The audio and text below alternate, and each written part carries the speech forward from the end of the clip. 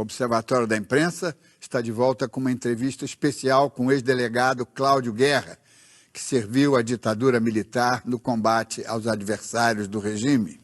Os órgãos de informação em si estavam já havendo uma preocupação por causa da cobrança do governo americano e da imprensa local do país aqui também sobre os desaparecimentos, tortura, já estava um combate muito grande, né?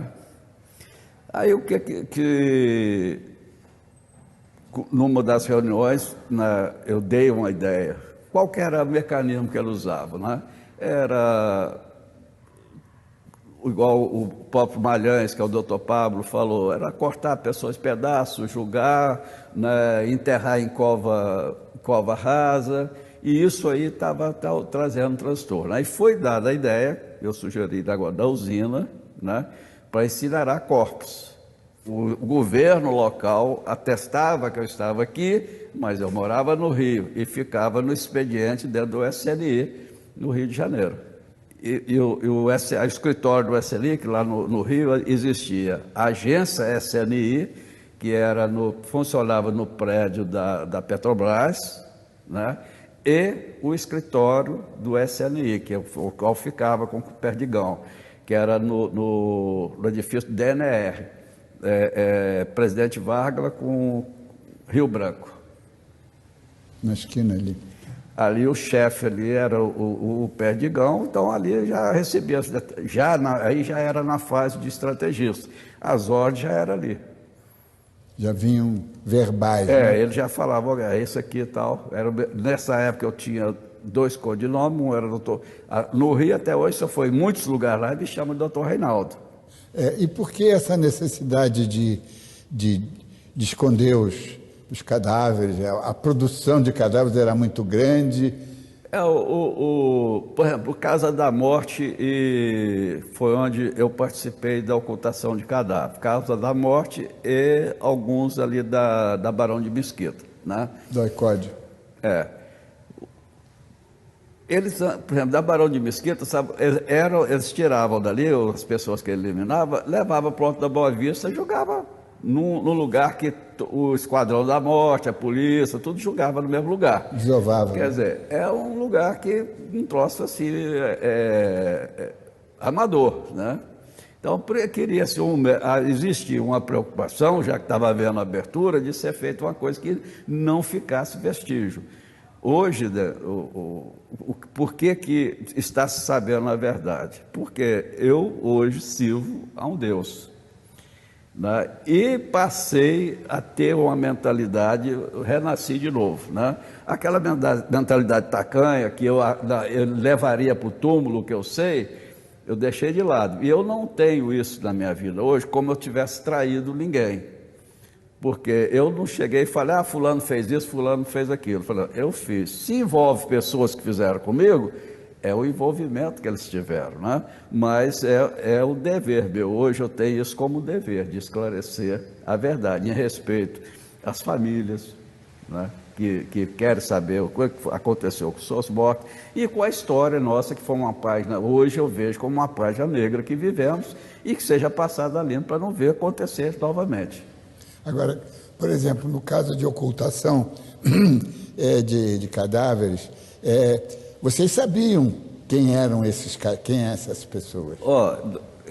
Eu não sabia, não estou me exibindo de culpa não, tá? Eu não sabia. Alguns eu fiquei sabendo. Por exemplo, o coronel Cerveira.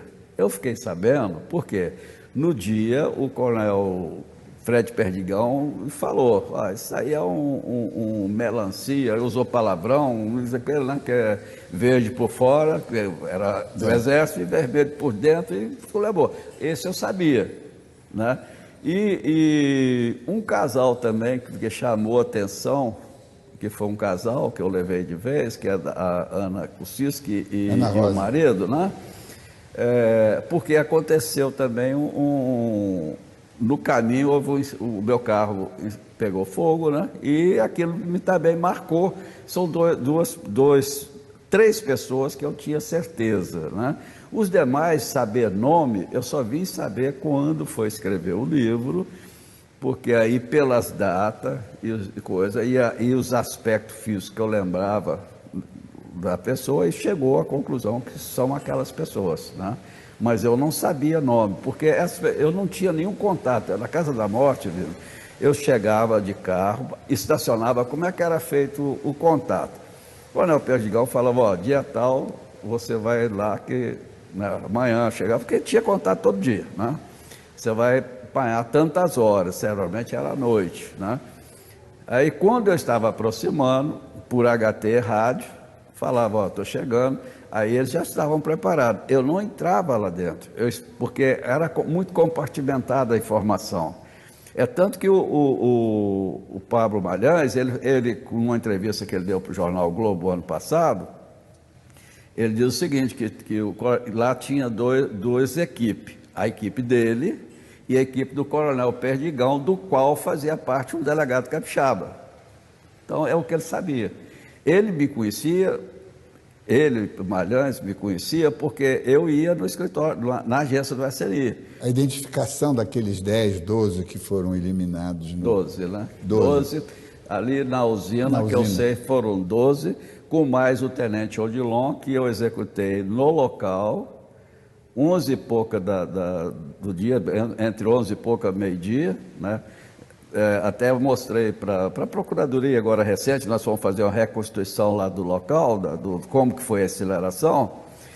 Eu falei, olha, porque muita gente que quer assim, as pessoas que querem se defender, que não foi, que não era possível, né? Eu tive lá agora mostrando e provando, né, o que aconteceu. O tenente Odilon, nós recebemos ordem de queima de arquivo, foi queimado muito arquivo, quando estava para fechar as portas, né? Eu recebi ordem de executá-lo. E em Campos... Esse tenente era do Exército? Era tenente do Exército. Ele foi mandado aqui para o Espírito Santo para ficar na minha equipe, ele era perito explosivo, e várias dessas ações que eu me referi, ele que era o perito no explosivo junto comigo, né? Então, no fechar das portas, nessa execução dele, eu executei ele com 2 tiros de 38, meio-dia, você vai ver a casa onde eu executei, que era a casa do filho do dono da usina, chamado João Lisandro, casa de parada de meia, casa aqui, 2 tiros de 38, tira a poltrona que ele estava sentado, ficou cheia de sangue, queimamos ela ali no quintal.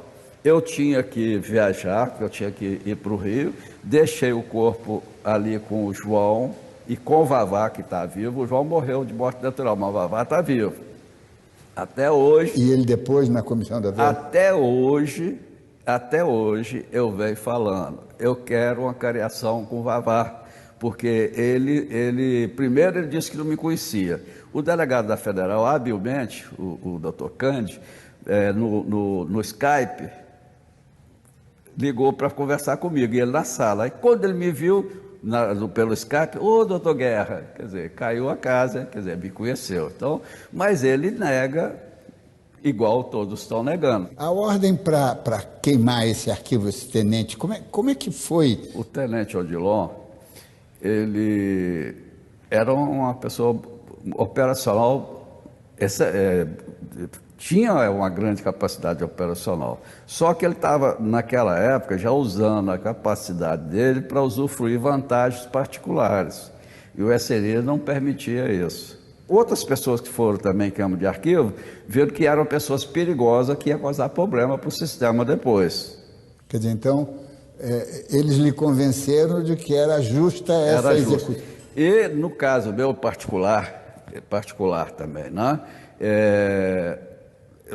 Eu não posso esconder as verdades, né? Eu perdi duas pessoas ligadas a mim, né? Uma era minha companheira, né? Não era casado com ela, mas era minha companheira, e a irmã dela que foram executadas. Eu fui até, pela justiça, responsabilizado por isso, mas hoje eu falo, não tem nada com a história, né? Não tem mesmo, né? E ele era um dos suspeitos de ter sido executor, porque a perícia daqui mostrava que o carro estava parado, então ela parou para alguém conhecido. E o Odilon era conhecido da minha esposa, né? E eu fiquei suspeitando dele na coisa, suspeitando, mas não tinha certeza, né? Nesse dia lá em Campos, ele não ia ser executado aquela hora ali, porque era uma hora temerária, era meio-dia, o povo passando todo mundo para lá e para cá. O Vavá, que está vivo, e o cabo Polvorelli, que se fazia presente também, né? E mais o João, que é falecido, né? Estavam lá. O Vavá estava cozinhando um frango a molho pardo, porque eu gostava e também o Odilon gostava. Eu fui na cozinha ver se estava pronto. Quando eu voltei, quando eu passei por ele falou assim: Cláudio, você está esquisito comigo, cara? O que é que está vendo? É por causa daquela... Quando ele falou vai, ele ia falar vagabunda, né?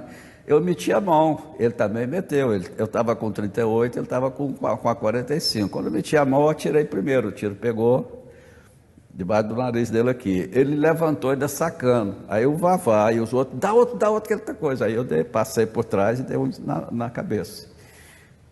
Né? Foi ali, quer dizer, hoje eu confesso lá que a única assim, eu recebi a ordem, era uma ordem, mas era uma ordem que eu estava executando na época com prazer. Com prazer. Né? Porque na minha cabeça, eu estaria vingando também a minha companheira. Certo? E aí o cadáver dele também foi incinerado. É o que eu falei, que eu expliquei para o procurador lá. Foi o único cadáver que eu não estava presente quando foi julgado no forno. O que me preocupa, eu preocupa não, eu estou fazendo minha parte. Se as outras pessoas não fizeram dela, é problema de cada um, né? Olha, baseado no que eu vim falando, foi esclarecido o caso Rio Centro, que várias vezes se investigou e deturpava, não chegava. Chegou, eu estou responsabilizado, eu e mais alguns coronéis do Exército, né? O coronel Newton Cruz, o capitão à época que estava junto com o Rosário, né? Então, nós estamos todos processados.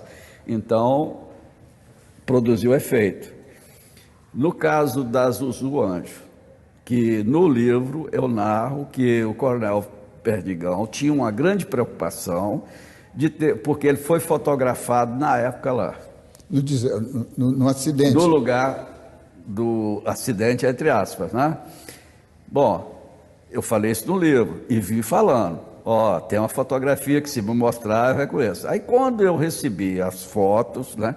Que foi entregue por várias pessoas diferentes, né? Várias fotos, né? Eu apontei que era aquele ali. Aí quando eu mostrei lá na Comissão Nacional, aí foi divulgado nacionalmente, aí surgiu coisa. Mas mesmo assim tem pessoas que, esse não é ele. O Malhães tinha dito que aquele não era ele, mas aqui, por exemplo, tem um colega de vocês da imprensa que conviveu com ele na época da campanha do Camilo Collor, aqui, o Perdigão era ligado ao Camilo, né? O Camilo era um arrecadador de dinheiro para coisa aqui, né? Arrecadador para repressão. Para repressão, né? E esse jornalista, que é o Rubens, esqueci o nome dele, eu chamo ele de Rubim, mas ele foi chefe da Tribuna, redator-chefe da Tribuna. Essa foto foi mostrada para ele. Ele não teve dúvida, isso aqui é o Perdigão. Então, você vê que no trabalho que nós vemos fazendo, foi esclarecido o Rio Centro, que já estamos com pessoas, e o caso da Zuzu Anjo, que era tudo assim, havia suspeita, mas não tinha prova. E eu mostrei uma prova, que é uma fotografia, colocando... Agora, qual foi a lógica de eliminar ela? Ela estava incomodando? Ela estava incomodando.